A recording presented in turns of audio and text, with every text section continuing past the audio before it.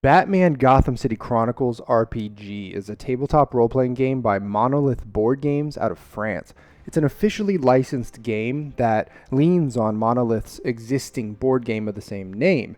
If you haven't been following the development of that board game over the years, it could be a bit confusing, but it's actually not that bad. Monolith first kickstarted a board game called Batman Gotham City Chronicles, and it was a wild success. Then pretty soon after that, they came back with a second major expansion to the game that was also a relative success. Then most recently, they did a crowdfund campaign for a season 3 of the board game, but also bundled it with a tabletop RPG of the same name. I think this is where I got confused initially. I wasn't sure if the RPG required the board game or if it was some kind of half-baked hybrid add-on product. But here's the deal. This RPG is a completely standalone game which can be purchased in the form of one core rulebook, a setting guide book, and a book of pre-made adventures. And you can buy the minis and maps that were originally designed for the board game, as well as a bunch of RPG-specific accoutrements like dice trays, and a GM screen. So what's this game like? Well, it's very reminiscent of D&D 3.5e. It's technically a d20 game, most closely based on the French game Chroniques oubliées contemporaines, or Forgotten Chronicles Contemporary, but the mechanical similarities to 3.5e are probably what you'll most identify with here. 6 core stats, roll over d20 plus modifiers, character levels, etc., but also with some significant additions like an extensive unlockable skill system. In this video, I want to walk you mostly through the core rulebook and then share with you my honest pros and cons about the game. But first, let's take a quick look at all of the physical stuff that you can get for this game, all of which is available through the link to the Gamefound crowdfund below. And just as a heads up, this next unboxing section is particularly long since there is so much stuff to show you. If you'd rather just get to the analysis of the game's rules, use this video's timestamps to jump ahead. The full deluxe package for this game, which they call the Skyline edition, comes as 3 books and a massive box of stuff. Let's go through the books first, because as with any RPG, those are the most important bit. The core rulebook is a 242-page hardback. It's got a matte cover, ribbon bookmark, and stitched binding. I'm not sure why these particular books lay flat better than other stitch-bound books I've come across, but they lay remarkably flat when open. That's obviously not a feature you get with glue-bound books until you've beaten them to within an inch of their lives. As for the pages, they're on the heavier side. The colors are crisp and vibrant. I'm just flipping through these books to give you an idea of the quality, but this core rulebook in particular is what I'm going to be detailing in most of this video using the PDF. The setting guide, just titled Guide, is built of the same quality, of course, but it runs a beefier 322 pages. I'm not really going to cover this book in the video, but I have to mention the fact that it's probably one of the most comprehensive treatments of the Batman universe I've ever encountered, even beyond the context of a game. It's a meticulously researched gallery of historical and locational information, with each paragraph containing a citation to an actual issue of a comic book. It's pretty remarkable. At the end, you get a huge number of characters. These maybe could have gone in the core rulebook, but I don't think anyone should be skipping out on this book if they're going to try and run this game. It just has too much valuable and interesting information about the history and the areas of Gotham City. The third book, called Adventures Book, is a 300-pager that contains 7 shorter missions, a longer 4-part mission, and an even longer 6-part campaign. I like the organization of each mission in this book. The authors generally try to use bullet points and shorter paragraphs of description. Generally speaking, a lot of these adventures are on rails though, so if your GM style is more freeform, where you give your players a ton of narrative freedom, you may want to just use these missions as inspiration. Each mission is rated by its level of action, investigation, and atmosphere, along with some notes on the level of complexity and optimum number of players. I thought that was a nice touch. It's the sort of sensibility that you would see from a board game publisher, where things tend to be more quantified like this. Alright, now for this big honkin' box. I don't know if you're a passive or fair weather fan of Batman, or if you're hardcore, but the artwork on all the sides of this box will very likely be extremely appealing to you if you're anywhere in between on that spectrum of fandom. Monolith put a lot of work into making the box itself a shelf display in and of itself. I think because of their sensibilities as primarily board game designers. When you pull the big full cover lid off this thing, you're greeted with 3 separate boxes. They're labeled Heroes and Villains, Goons, and Printings and Accessories. On the top of the first box, which is all minis, there is a menu of characters. As you can see, these minis are 28mm scale, unpainted. I'll actually stop talking here for a bit and just show you each and every one. You can be the judge on the designs for each of these, but I personally think that they are about as good as they can get in terms of character recognizability, variety of poses, and overall proportions for each. It's also worth noting that they're made of a semi-flexible plastic. I'm not sure if this is good for holding paint in the long run, but you're never going to see any of these snap or crack from regular use, which is something you do risk with more brittle plastics and most 3D printer resin. Also, if you're a painter of minis, then you'll recognize how fun some of these minis would be to paint.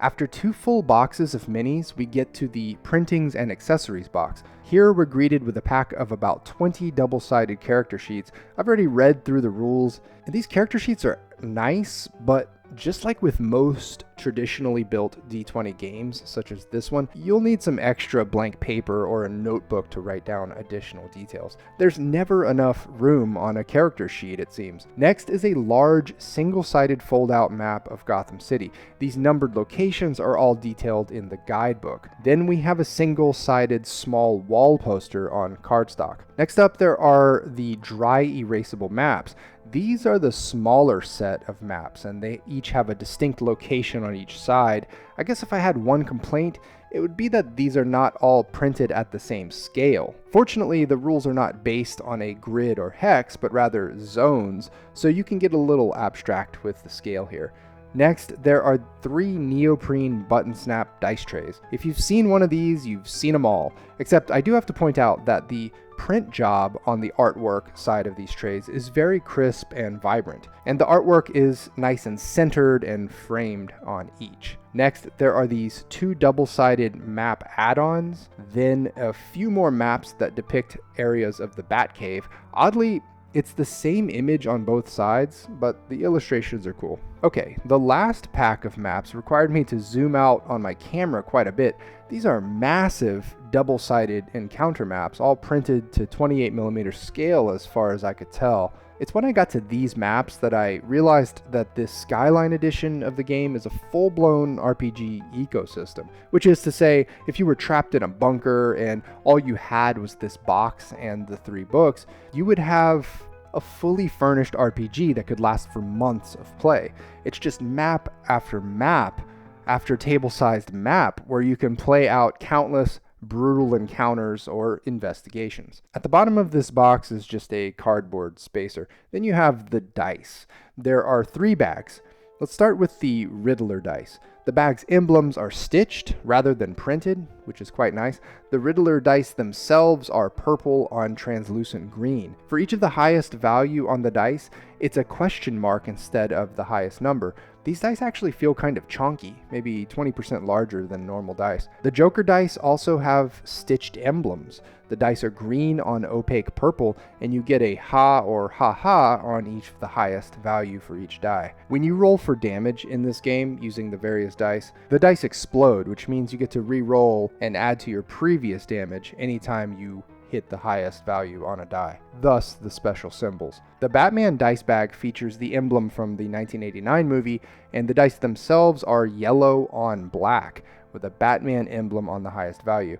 These are easily my favorite set of the bunch, not just because of the easy-to-read high contrast, but because they're the most iconic. I guess if you're playing a villain, or if you want to mix it up, you can use the other dice. There are a handful of double-sided bookmarks, and 4 dry erase markers. All those many maps are dry erase ready, so you can mark them up during play, and spill beer and soda on them with impunity. Finally, there is a deck of cards containing every way in the game. This is an incredibly thoughtful and useful game accessory for this game in particular because the ways or disciplines that your character chooses as they develop is a central part of the play experience, except you don't want to have to write down the abilities on your character sheet, and it's cumbersome to have to look them up in the book constantly. So the cards are a great tool for everyone at the table. Real quick, if you appreciate this content and want more, consider chipping in a few dollars on the Dave Thaumavore RPG Reviews Patreon. The primary reason is to help the channel grow, but there's also a Patreon-only Discord for supporters. I share extra behind-the-scenes content details there, plus more candid takes on games, the gaming industry, technology, and pop culture. Most importantly, I listen to your opinions and suggestions there first. If you'd like to keep these reviews going strong and maybe help shape them, then join the Patreon, then the Discord. Alright, let's take a closer look at the core rulebook for this game. I think the most important place to start is with this statement of why this game exists. It was to create a game focused on Batman and his world, and to utilize the assets from the board game. So, just to get ahead of myself, I think this was a complete mission accomplished on all of these objectives. As far as making a game focused on Batman and his world of Gotham City, The game doesn't stray for 1 second away from Batman-related or inspired heroes, villains, and NPCs. There is no Justice League or surprise guest cameos from other DC comics, and I could not be happier about that. As far as focusing on the world of Batman, the core rulebook offers a lot of GM advice on how to portray the city, but the dedicated guidebook for the setting contains a virtuoso level of detail and citation. I have frankly never seen such a detailed, disciplined, and focused treatment of a comic book setting specifically written for an RPG. Somehow the creators managed to massage and filter 80 years worth of comics into one guidebook. But fair warning, if you carefully read this cover to cover, it might turn you into comic book guy, and there's actually guidance in the core rulebook on how to handle people like that. The premise of this game is pretty straightforward. You're in Gotham City, and you're either a low-powered, medium-powered, or high-powered hero or criminal. But that last bit right there is the most intriguing. The game gives you as much ability to play a hero as it does a villain. Obviously, you'd need to get everyone at the table on board with playing as villains if you wanted to go that route, because it's such a departure from the normally expected experience of a Supers RPG, but it's a completely viable and fully supported option in this game. One of the most remarkable features of this game, and one which clearly distinguishes it from any sort of cookie-cutter d20 clone, is the fact that at character creation, you choose one of 3 different modes that completely define what kind of story is being told. If you choose the Streets of Gotham City mode, then you're playing as a beat cop, journalist, gangster, lawyer, just an everyday person. If you choose the Shadows of Gotham City mode, then you are essentially a superhero at the level of maybe Batman himself in terms of strength, speed, and special abilities. And surprisingly, there is a level above that called Wonders of Gotham City. These are characters who have supernatural powers in addition to unusually high strength, speed, and other attributes. The game defines these 3 modes first by dictating the hit points and attack power. With Streets mode characters, as you can see here, MA and RA are low. These stand for melee attack and ranged attack, and you add them to your d20 roll when making those kinds of attacks. EP stands for exploit points, and they're the game's all-purpose metacurrency, used to bend reality a bit and fudge the dice. Street mode characters really light up my imagination about the possibilities for this game the most, because I don't normally think of playing someone like a homeless person or a waiter in a superheroes game, but the creators give you this option to enter Gotham City from the ground and tell stories at that level. Everyday people working 9-to-5 jobs in the city getting roped up in some crazy mess caused by a costumed criminal is just such a tempting premise for me. But then you have the Shadows of Gotham City level characters. They typically have more hit points and attack power. Notice how the book suggests that the Joker himself is only a Shadows level character and not a Wonders level character. As a GM, you can obviously make any NPC as powerful as you want, but it's an interesting way to frame powers and abilities to say that Batman's greatest arch nemesis is really just a mid-tier character in this game, at least by default. The way that Wonders level characters work is that they only ever have one of the 6 core attributes or characteristics amped up. So for example, if you're building your character in this mode, you'd choose a characteristic like dexterity and use this as the foundational guidance for your starting features. As far as those characteristics go, they range from 2 to maybe 30 or higher, but you're likely to have them in the 8 to 18 range or thereabouts, as with any d20 based game. And those each give you a modification to a die roll that you've probably seen before. Here's an interesting option for players. There's support for allowing characters to start at level 1, 4, 7, or 10. So for example, if you wanted to start at level 4, which is called Established, you would get all of these extra goodies at character creation. This level start option is a huge boon for players who have played this game more than once, and it allows them to choose their favorite place in a character development arc. You can obviously do this with any RPG just by telling all the players that they can roll up a character starting at whichever level, but the book here gives you the actual list of features that your character gets at any starting level, which is nice. Your character has an aspect of themselves called ethics, and this is defined along 4 values: order, anarchy, justice, and crime. You have a rating for each ranging from 0 to 5, and at lower levels, you only start with a couple of points allocated across all 4 values. Ethics ratings work in 3 ways.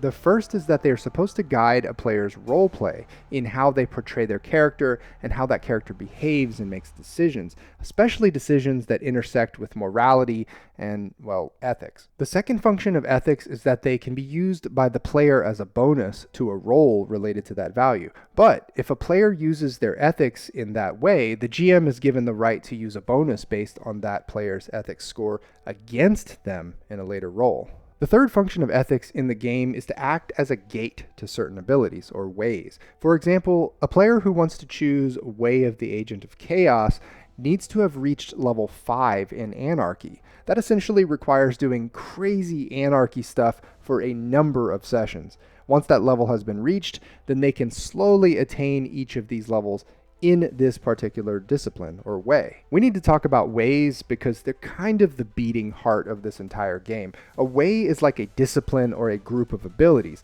and those abilities are called capacities.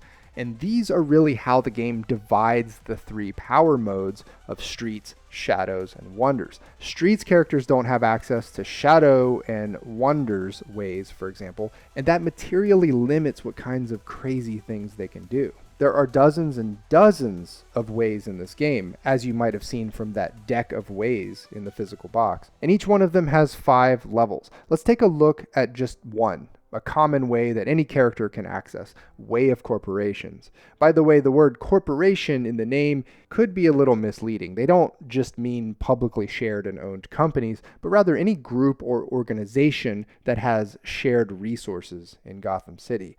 At lower levels, there's really nothing notable about this one, but you buy your progress through what is essentially milestone leveling to work your way up the discipline. And at level 3 here, for instance, costs for acquiring certain items is cut by half.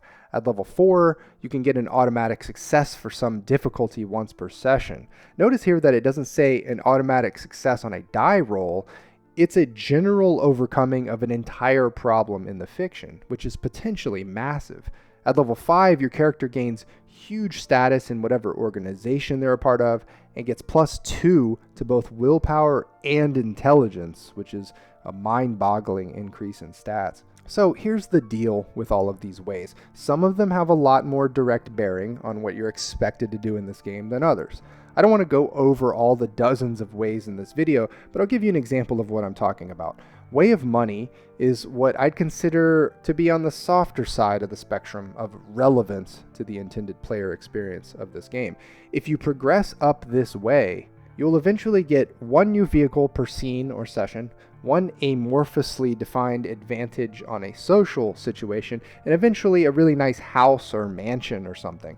I'm just not feeling this one because it takes a lot of leveling and dedication of your character to get to level 5 of any way, and I really don't see myself wanting to put so much into owning a mansion in a game where you're largely expected to fight criminals. That being said, there are a few pages in the book dedicated to building up and enhancing a shared headquarters. Here's another example of a way that doesn't really inspire me, Way of Piloting. You can dedicate a large portion of your character's development to piloting and driving.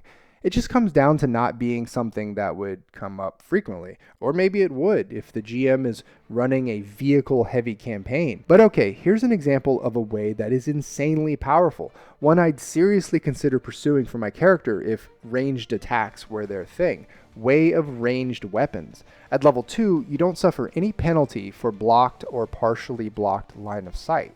Think about that. You could basically shoot through or around walls and barriers without any real explanation how. At level 4, you can wield a ranged weapon in each hand, although you're rolling a d12 on the to hit with the second weapon instead of a d20. And at level 5, you can opt to roll a d12 to hit with your primary, but add 2d6 damage if you hit. This is all just good old-fashioned d20 game design. Long story short, the ways in this game are a lot of fun, full of gameplay variety, and there are a ton of them, but they're a mixed bag. The massive variety of them means that you can not only create just the kind of character you want within the confines of a Gotham City reality, of course, but that there's a lot of replayability with this game. Once you start getting into the ways of wonder, the highest power mode for this game, it really does start to get wild, but I think you have to be really careful. The Wonders mode delivers supernatural powers and abilities, which is fine. Batman comics have long included crazy supernatural characters, but it really struck me just how many supernatural abilities are described in this game. The powers for Wonders level PCs and NPCs is as extreme as any Supers RPG you've ever seen. Teleportation, immunity to other superpowers, cryokinesis, altogether 33 supernatural power groups in all, which is a nice option to have. I guess it comes down to personal preference, but I'm personally much more drawn to the low-powered side of things in this game, with only a careful, metered introduction of supernatural characters. In other words, I'm more of a The Batman kind of guy rather than a Justice League kind of guy. Here's a good bit of advice from the book. It says you should really focus on leveling up one way per character rather than develop a bunch of lower level powers across multiple ways. This makes sense from a comic book narrative perspective, since most heroes or villains don't excel at a ton of different things. They tend to have just one or a few centrally featured powers or abilities. And it's more satisfying for the players to be able to enjoy those level 4 and 5 abilities of any given way. And the only way to get those is to focus on just one or two ways. There's nothing surprising about combat if you're familiar with d20 role-playing games. For each round, you get either one so-called limited action, this could be thought of as a special action, or you can take one movement and one action, or two movement actions, plus a couple of free actions. I guess there are a few notable things in this relatively short chapter on combat. One, conditions are called prejudicial states. This is a funny way of phrasing it, maybe something in the way it was translated from the French.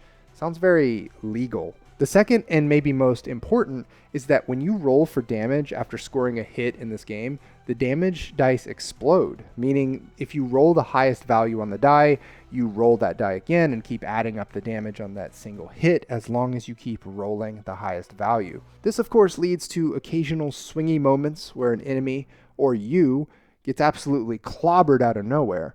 Fun stuff when it happens to the enemy, but it does feel frustrating and unfair when it happens to your character. Third thing worth mentioning is that healing is relatively fast and easy in this game, in order to reflect the fact that in comic books, characters always seem to recover unusually quickly from injuries large and small, because the story must go on.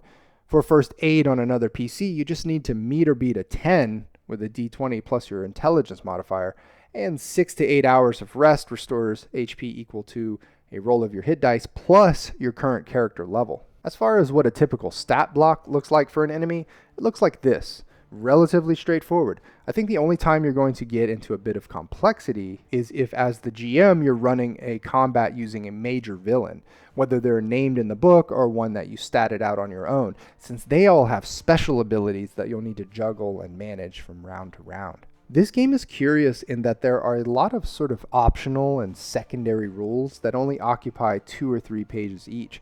But some of them I'm used to taking up 20 or 30 pages. Vehicles, for example, is a very short and sweet 3 pages of guidance. Gadgets, on the other hand, are relatively beefy 6 pages, which makes sense since in the world of Batman, gadgets have always played a prominent role in the action. There's a decent amount of guidance here on how your character can create their own gadgets, so a table could be rewarded if they have creative players in this sense. Another section that sort of sits between being underbaked and fully fleshed is the rules for forming a team. If your PCs decide to form a team, they can pick up shared abilities, but these are not powerful abilities that will sway the story or a situation very much. The fastest way to see what I mean here is by looking at the top level of every team power.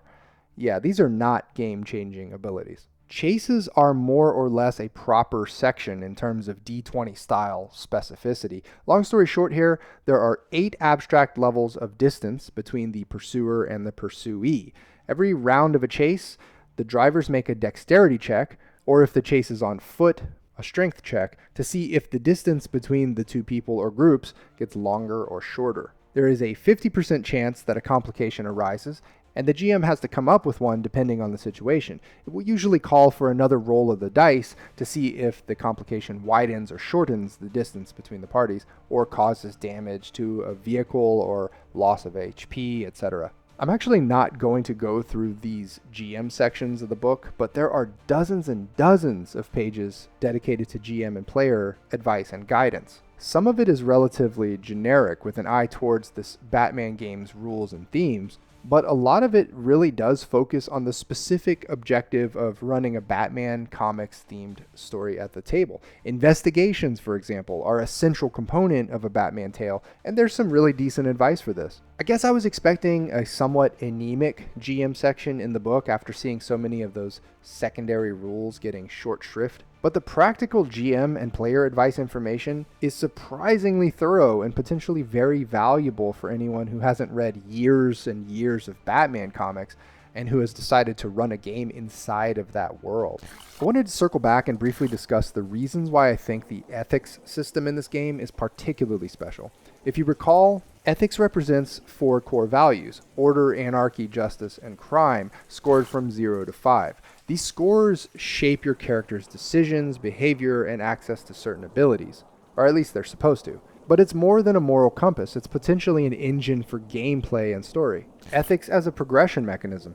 Ethics scores aren't static. They grow or shift based on your character's actions. Higher scores in specific values unlock powerful abilities called ways. This progression system is intended to reward players for staying true to their character's evolving moral path, which more generally means that a more coherent story is being told. I'm sure you've seen the opposite of this, where a player decides to abandon any semblance of a moral path or trajectory and murders or robs an NPC out of convenience. That's always more than annoying, and it really tends to cheapen the whole shared narrative, and it shatters immersion. Ethical dilemmas and storytelling opportunities. The ethics system shines in its ability to create meaningful moral decisions. It's not about right or wrong, but the tension between competing values. These dilemmas fit Gotham's gritty tone and can add depth and weight to any choice made in a major junction in a story. And it reinforces the fact that you can play as a villain in this game. But as a villain, will you consistently stick to your bad ways? And if not, what does your departure from villainy look like? Ethics in multiplayer dynamics. The ethics system could spark conflict between players with different moral leanings. Although the rulebook doesn't encourage forming a party with wildly different ethics ratings, a team up of ethically diverse characters could make for a very complex, rich set of interactions and conflicting motivations. Obviously, you can play any RPG in a way that the PCs have different moral compasses, and that actually happens naturally all the time. But by having a mechanic behind the ethical progressions, there is, hopefully at least, more consistency with the decision making for each character. Potential challenges. The system requires careful use to avoid metagaming or punitive GM intervention. In fact, the rulebook says that GMs must never award or take away an ethics point in any of the 4 values as a punishment to the player. Ethics points need to flow fairly and organically from the story, which might come as a challenge to some GMs who are handed that discretion. Also, ethics have to somehow stay relevant to the campaign, especially in longer term play. One tip would be to tie character ethics into major story beats, so that players are always addressing their 4 ethics levels and at least thinking about them on occasion. But alright, here are my overall thoughts on Batman Gotham City Chronicles, the RPG. Cons. D20 has its limitations. The 3.5e style of gaming is tried and true, but D20 systems have their inherent limitations. Swingy probability curve with the D20 itself can be tiresome. Overemphasis on constantly figuring out modifiers and situational or gear-related bonuses and penalties before every roll can really start to overshadow the flavor and theme of the game. The combat-centric design of most D20 games, including this one, necessarily puts you in fight scenes, although to be fair, you're playing a Batman game here. Balancing difficulty can be a challenge. Enemies can be either too easy to beat or too difficult, and it's not a simple task to figure out how to balance the challenge for players, especially at later PC levels. The Batman universe is deep and deeply inconsistent. This isn't really the fault of the game designers here, but Batman comics go back 80 plus years, not to mention the movies, TV shows, and other media that have rebooted and reimagined the Batman characters in Gotham City literally dozens of times.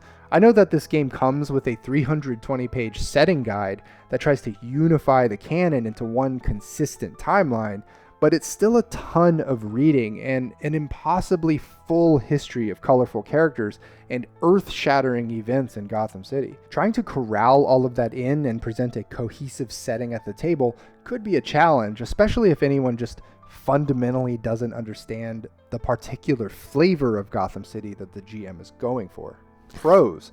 D20 system has its strengths. So as much as the D20 system has its problems, it's been a staple in RPGs for years because of its strengths. Familiarity. The concept of a 6-stat character where you roll a d20 and add modifiers is widely known and easy to learn, which means there's a low barrier to get started with this game for a lot of people. Versatility. Creators have done a lot of fun things with the d20 system over the decades, and there have been some tweaks made for this game that show that, such as the ways and the ethics system. Scalability. Level progression and power levels in d20 games tend to support a very wide range of power, and this game is no exception. Flexible character creation options. Streets, shadows, or wonders of Gotham City. These three modes of the game, which are mostly defined by access to the different sets of ways, are a major feature of the game. You could run a campaign that is all cops and street thugs, or one that is all costumed criminals with unusually high powers, or straight up superhumans who can fly and control reality. 4 different starting levels. The game has brief but very useful support for starting at levels 1, 4, 7, and 10. Option to play as a villain. This is a huge feature of the game and can be a lot of fun as long as you get some things straight with everyone at the table in terms of where you draw the line on things. Ethics system. As discussed a minute ago, the ethics system combines mechanics and roleplay in a way that encourages moral complexity and storytelling depth. It transforms simple values like order, anarchy, justice, and crime into dynamic gameplay tools that evolve with the narrative. Unlike static alignment systems, ethics is fluid and interactive. Players can use ethics scores to influence roles, but this also gives the GM power to use those same scores against them later, creating tension. Ways and capacities. The backbone of this entire game is the special abilities that your characters unlock and develop. There are dozens and dozens of ways, and each of them can define a very unique comic book style character. As I mentioned in this video, I don't think that every way in this game is a winner, but I think I could see myself exploring most of them in play. Setting is laser focused on Gotham City. As overwhelming as a 320-page setting guide focused on one city born of 80 years of comics is, the guide is an absolute triumph in Batman's scholarship and overall usefulness in inspiring a GM and players. I especially appreciate the citations to actual comic book issue numbers. I wish more IP-based RPGs had citations to the original material like this. Theme and mechanics focused on Batmanish stuff. If you just look at the table of contents for the core rulebook, it's clear that the creators were able to focus the project entirely on Batman-related activities. A wide range of abilities, combat, vehicle chases, investigation, gadget building. This is a full embrace of everything Batman. I couldn't find anywhere in the book where the game strayed from its core theme. Thorough GM and player guidance. This game is mechanically fairly simple, and the authors really just want you to understand how to run and play this game well. Remarkable physical product. The publisher Monolith obviously has an upper hand as a board game company in being able to provide a gigantic box of premium licensed miniatures for any RPG that they want to release. But the fact is, they did it, and the minis are awesome, and so are the dice, maps, and other fun accessories that you'd use at the table. It's just the full package, and it's all very high quality. That's pretty much it for this video. I've left links below to where you can get this game. Don't forget to check out my Patreon and join my newsletter, and leave a comment down below about your thoughts on this Batman RPG. Thanks for watching. See ya.